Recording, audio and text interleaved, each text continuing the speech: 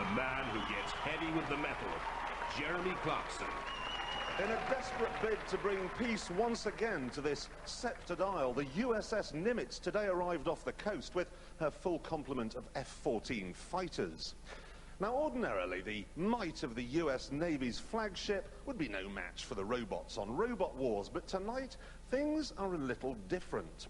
Tonight, it's a lightweight special where all the robots weigh less than 12 kilograms. They're small, but don't worry, they're still vicious. So let's go and meet the only machines in the world that are brave enough to spill Prince Nassim's pint. First, from Romford, Victor of Armageddon. And the riders of the Apocalypse team, driven by two 14.4-volt motors, who has the same speed controller as used for bomb disposal robots. From Milton Keynes, Crazy Tokyo. This school-designed robot, Crazy Tokyo, is very light at 3.2 kilograms and apparently is driven by a teddy bear. Has a top speed of 12 miles an hour and a zero turning circle. From the University of Reading, Cunning Plan. Designed by a Star Wars fan, but cunning plan that's nothing like R2-D2 or as frightening as an Imperial starfighter, a defensive wedge with an aluminium steel shell. From Billericay, Saturn. Built by Essex schoolboys, those Saturn pointed horns are made of shelving brackets bolted together, but a turning circle of a sluggish 3 meters could leave these hopes blunted. From Cheshunt School, Bugs. A GCSE school project, the front of Bugs is fashioned as an aluminium ramming wedge. And at 40 centimeters, Bugs is the tallest robot in our starting lineup. From London, the Demolisher. With licensed stealth technology so undetectable by enemy radar, the Demolisher's obviously too quick for its own good. Quickest in the field at 40 miles an hour, and also the smallest at an itsy-bitsy 60 centimeters. Back to you, Jeremy. Remember, some of the deadliest creatures in the woods are also the smallest. The song thrush, the earwig, the hedgehog. Let's see what's what with the first event. First of all, you have to exit the carousel, which isn't easy, even for me, and then it's decisions, decisions, decisions. Do you take the safe but rather slow route to my right, which involves a maze and some spikes, or the middle ramp route, which also has its ups and downs, or do you face Sergeant Bash, complete flamethrower? Whatever you do, by the time you get to this end, you better watch out, because Matilda has the freedom to roam across the whole of the finish line. And her tail just happens to be a chainsaw, so you don't want to get on the wrong end of her. There's also the pendulum to look out for. But whatever route you decide to take, the worst performer is eliminated. So, let's find out who it's going to be. Roboteer, start your battery. Roboteers, stand by. First to take on the gauntlet is Cunning Plan with Oliver Steeples, a fourth-year engineering student. His hero is Star Wars creator George Lucas. This is Cunning Plan. It's a basic wedge design. It's got an aluminium and steel body shell for overturning and ramming other robots. 3, 2, 1, activate. Out comes Cunning Plan. Small, quick, darts into the maze with that 0 degrees turning circle, which could be so vital here for the faster featherweight machines. He is Joe 90, isn't he, Oliver Steeples? Basically, these smaller robots have to dodge anything. The house robots could take them out. Certainly the drills could. And Matilda out to splatter a small fry. She's a darling, isn't she, Matilda? Modelled on my mum. Oh. That's good manoeuvrability, but again, crunch, you see. He's got to dodge it onto the spikes here. He'll wait until the spikes go down, and then spurt on. Good run by Cunning Plan. Appropriate name, Cunning Plan. Maybe. You were looking pretty pleased there. The spikes are a bit tricky. The robot didn't give me any problems. What, the spikes are tricky, but Matilda isn't? Well, I'm looking forward to you going head-to-head with that. Should be good luck. Well done. Anytime. Cunning plan, first to go, first to complete, and first name up on the leaderboards. Robot ears, stand by. Kevin Church, Matthew Davey and Chris Purchase, all GCSE students. 3, 2, 1.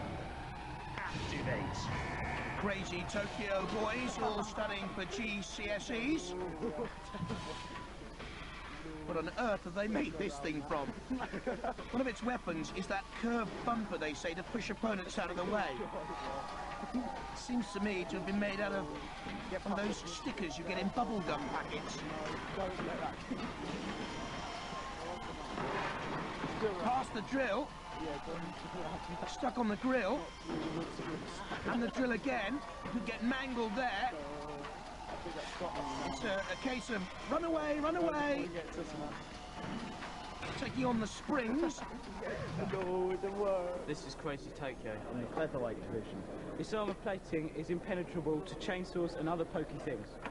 We will see. Here come two pokey things now. Matilda's tusks.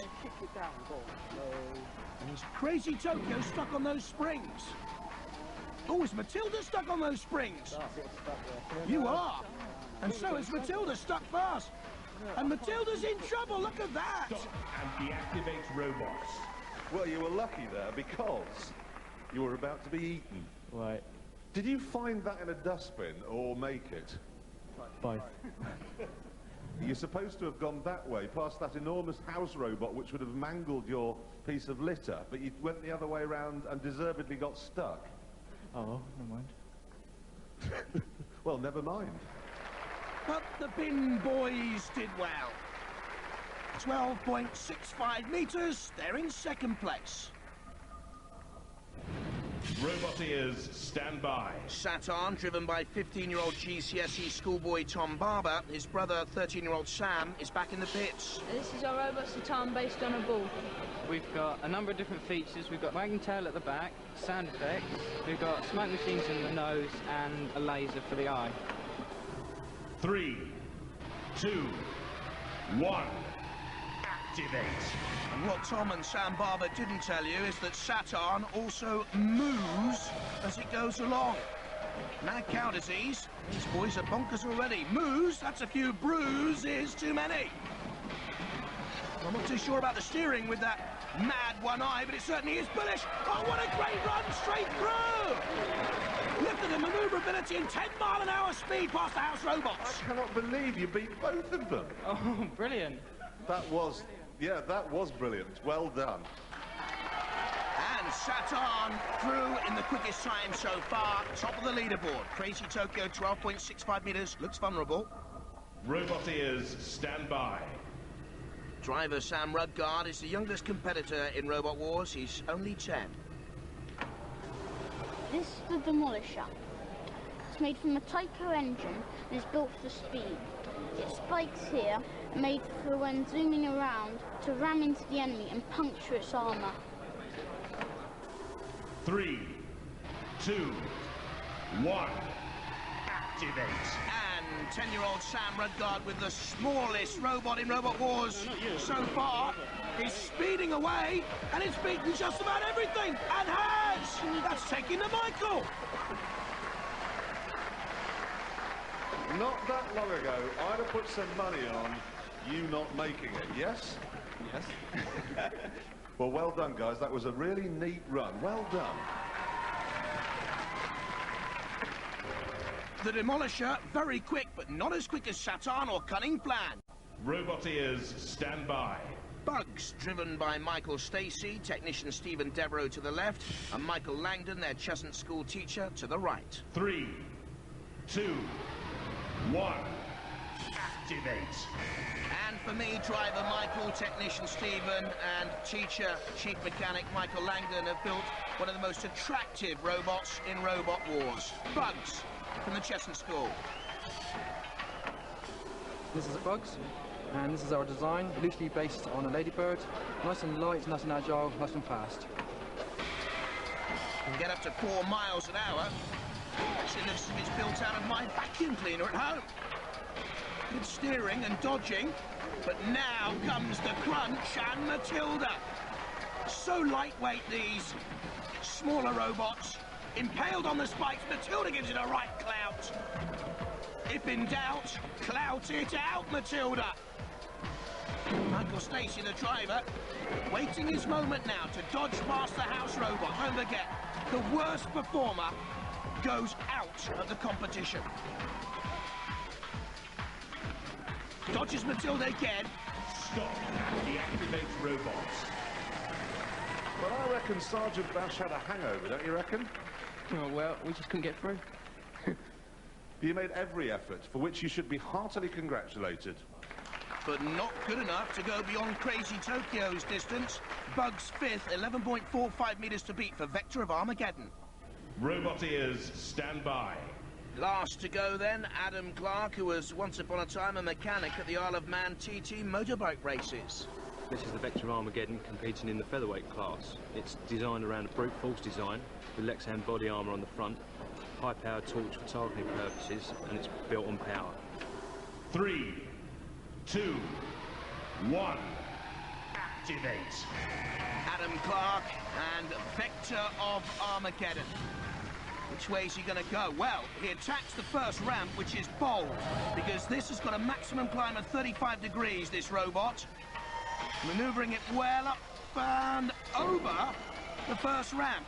Now, if he gets up and over the second ramp, he'll have done enough. He'll have beaten Bugs, and he will go through. Which way is he going now, though? Very cautious. And stuck on that second ramp. Only a ground clearance of 1 millimetre, and I think that's costing him here. He may not get up and over, and time is running out. Stop and deactivate robots.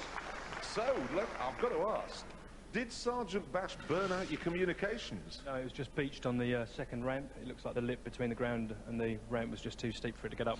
I know it looks like a grass-cutting box, but it's a serious robot, that, isn't it? Yeah, it's designed for very extreme ground clearance, and the ramp's just too steep for it, unfortunately. Are you gutted? Yeah, for this time, yeah. Well done, anyway. He makes rockets in his spare time, Adam Clark. He's rocketing out of Robot Wars. Bugs team, how bad was your damage? Very slight, we'll make it through. Of course you will. Keep going. It's the end of event 1, and things have to be repaired here. Demolisher had a very exciting round. Staten had the fastest time going, and, ooh, how's it going here? All right, we're just putting a weapon on it, like this, and it'll stab things. Okay, well, good luck with that. And, Oliver, you've got the hammer out, then? Yeah, I got a bit of a dent to my robots. Take your aggression out on that. While the robots prepare for those trials, let's take a look at some action from Robot Wars around the world. Well, we don't have to travel too far, Jeremy. We'll revisit the 1995 UK Robot Wars Championships in London, featuring two of the most powerful robots in the world today. The Master, built by Mark Satrakian, and Thor, designed by Schilling Robotics, both from America. What a night it was. Thor's hammer, and there's surely a killing blow! Slashing right to the heart of the hydraulic cabling. And Thor will be severely damaged and severely limited after that. I think I can see hydraulic fluid already pumping out. Oh, comes back down now with a hammer blow onto the top of the saw. The saw's already been bludgeoned, and there is the hydraulic fluid pouring out and splattering the floor of the arena. It's getting skiddy and slippery. And in comes the Master again. He sends up weak point there right about the jugular vein. And Thor doesn't seem to have too much left to offer except vital engine, blood and guts and gore, and he's out of it. And the Master is surely one of the most powerful robots in the world, and for me, the star of the 1995 UK London Robot Wars.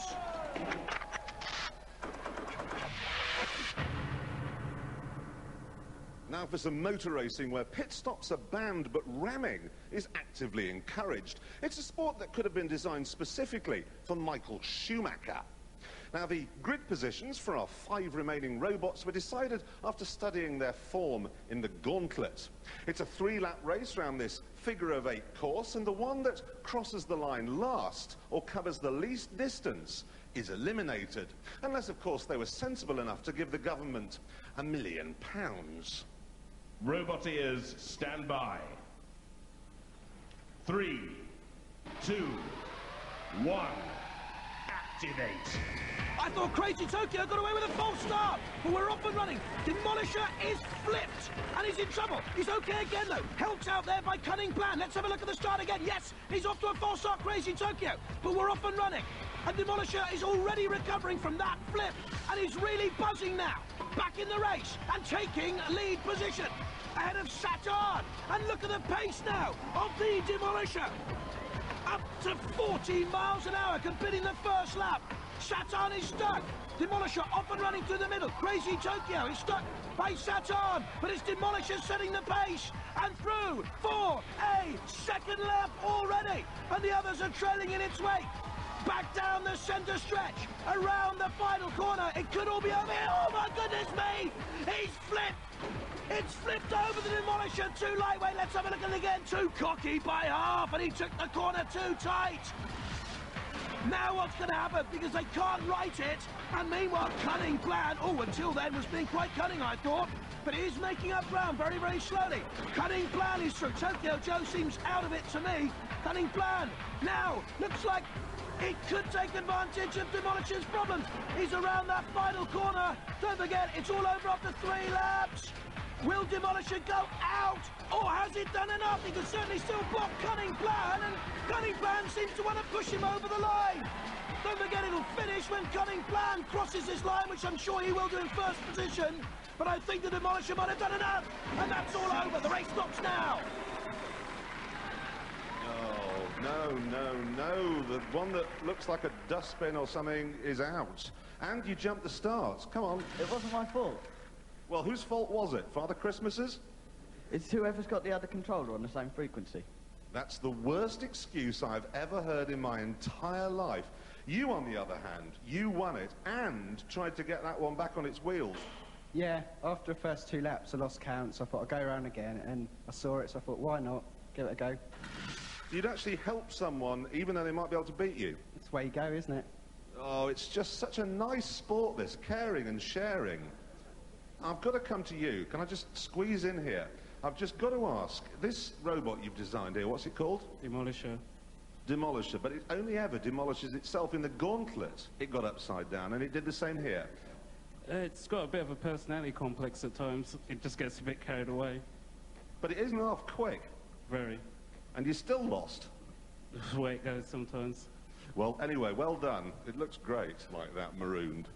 But the Demolisher covered enough ground to go through. Crazy Tokyo didn't, and they're out. And after that mind-blowing first race, Bugs should get extra points for being cute, I think. And Gary, Demolisher is fantastic, but a bit too quick. Definitely too quick, but I think we'll correct that in the future and slow it down a bit. Congratulations on coming second, guys. Well done. And disappointment all round here. Yes, we're very disappointed, but it was beyond our control. We can't really help it. Is that you losing well? Yes, we're losing very well, but we're fixing it up just in case they need us. And before we move on to tonight's semi-finals, let's take another trip down memory lane, this time visiting the American 1996 finals, which take place in the birthplace of Robot Wars, San Francisco, in August every year. We join the action in one of the final melees of that live event, and it's worthwhile reminding ourselves that Robot Wars has been huge in America for 5 years. Let's just sit back and enjoy the action and watch out for the Master in action again there. But this time Mark Satrakian, a designer who's worked on great movies like Men in Black, is on his home arena.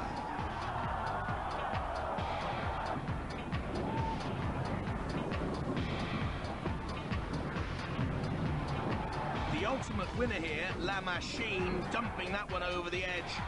Undisputed world champion for 2 years until losing its crown to an even meaner Killing Machine. So now the face-off battles. And you don't know who you're pitched against, do you? No, Who would you like to be pitched against? I'm not bothered. Anyone. Bugs. It's Bugs against Cunning Plan. Oliver, what weapons have you got that can oppose Bugs? I've got a sticker. Disappointed we can't squash a bug first. But do you think you can squash this one? We're going to give it a good tryouts. Yeah, we'll test him. How do you think Saturn will fare? Pretty well, I think. It's a lot bigger. Got more power behind it.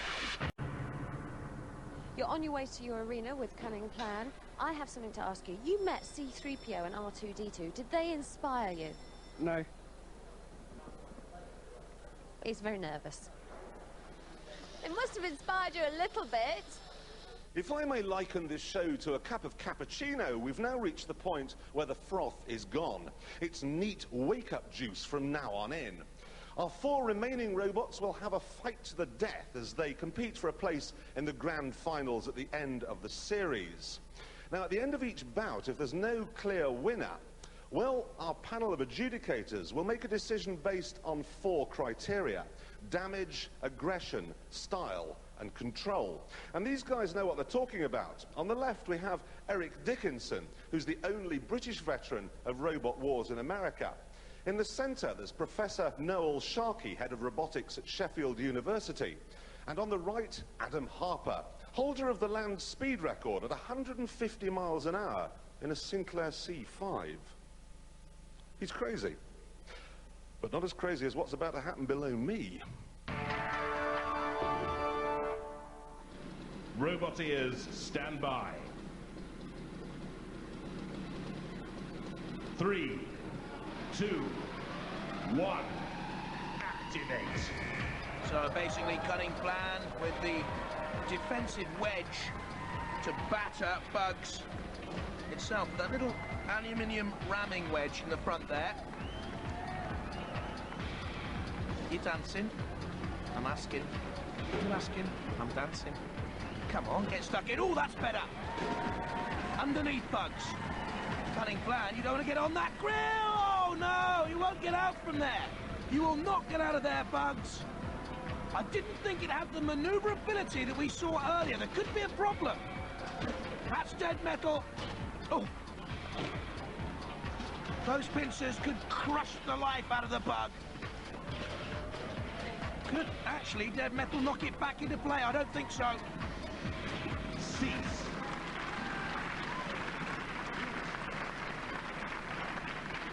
Well, it looks like you're through the first semi-final. How does that feel? Good. Didn't put up much of a fight, did it? It was good. I like it. Like what? Bugs, look at the paint job. You've got to like it. Yeah, the paint job's great, but it ran onto a grate and then capitulated immediately, and you just ran around in the middle looking silly. I had to go to big ones. Well, well done anyway. You're through to the next round. Congratulations. Yes, well done, Cunning Plan and Oliver through to the final, but I just wonder what did happen with Bugs, whether there was a problem. Bugs team, what happened there? We had caster on it and we changed it, and it was loose. It worked better with this one on it that was steel. So we changed it at the last minute and now we lost. How do you feel? Gutted.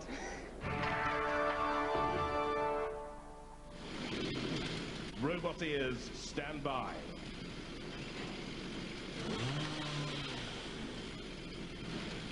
3, 2, 1, activate. Saturn, like a bull, rushes at the Demolisher. Oh, you silly moo, you've missed him. The Demolisher's pace will simply carry it away from you like that. Got to get in to crush the Demolisher against one of the house robots, and that's what they're trying to do. And young Sam Rudgard will be told, I would imagine, to keep out of trouble. Get away from everything. Run away to fight another day. What can the Barber boys do with Saturn? Demolisher's flipped on its side. And again rights itself away from Matilda. Oh, they're the meat of the sandwich. And Matilda's saw comes down. Saturn is being chewed slowly. Oh, look at that. It's been saved by its opponent, the Demolisher. Unbelievable stuff. Down comes the saw, and it's the titanium shell of the Demolisher that saves it. And surely I think the Demolisher has done enough here. Saturn, disarm. And out. And Sam Rudgard, only 10, look at that, walking tall.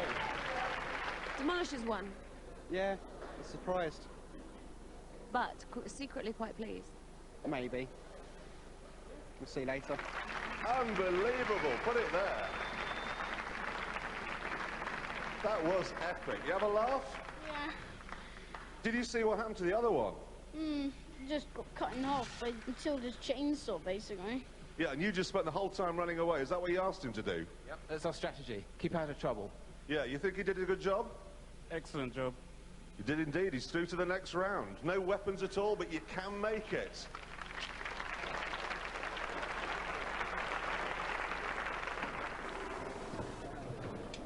Well done. Well done, that was brilliant. Look at this damage, look at this damage. That's what Matilda did. That's incredible. What else? It broke down, so... There was a connection that's come off, so... We had problems with it yesterday.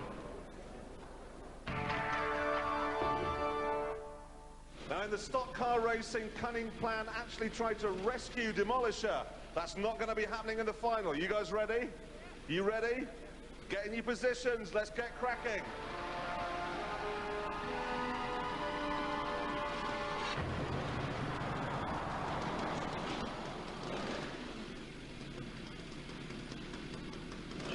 Robot ears, stand by.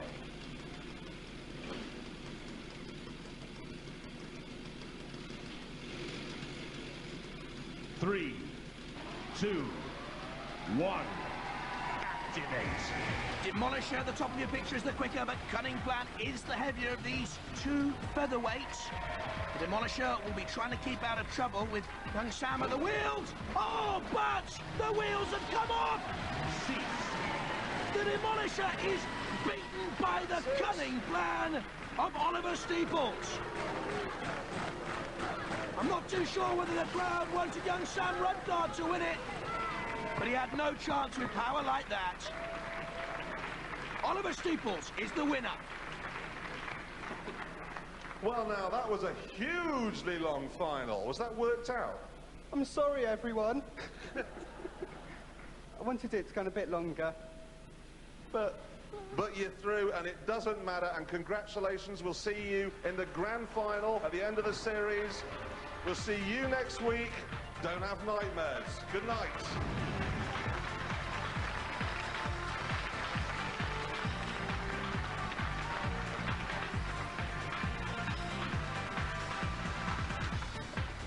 Sam, what happened to you? Well, I was trying to get away, but I just got caught by the edge of the Cunning Plan. How did you feel? Oh, a bit sad. Next year. Maybe next year. Definitely next year. Well done, you did very well to get this far.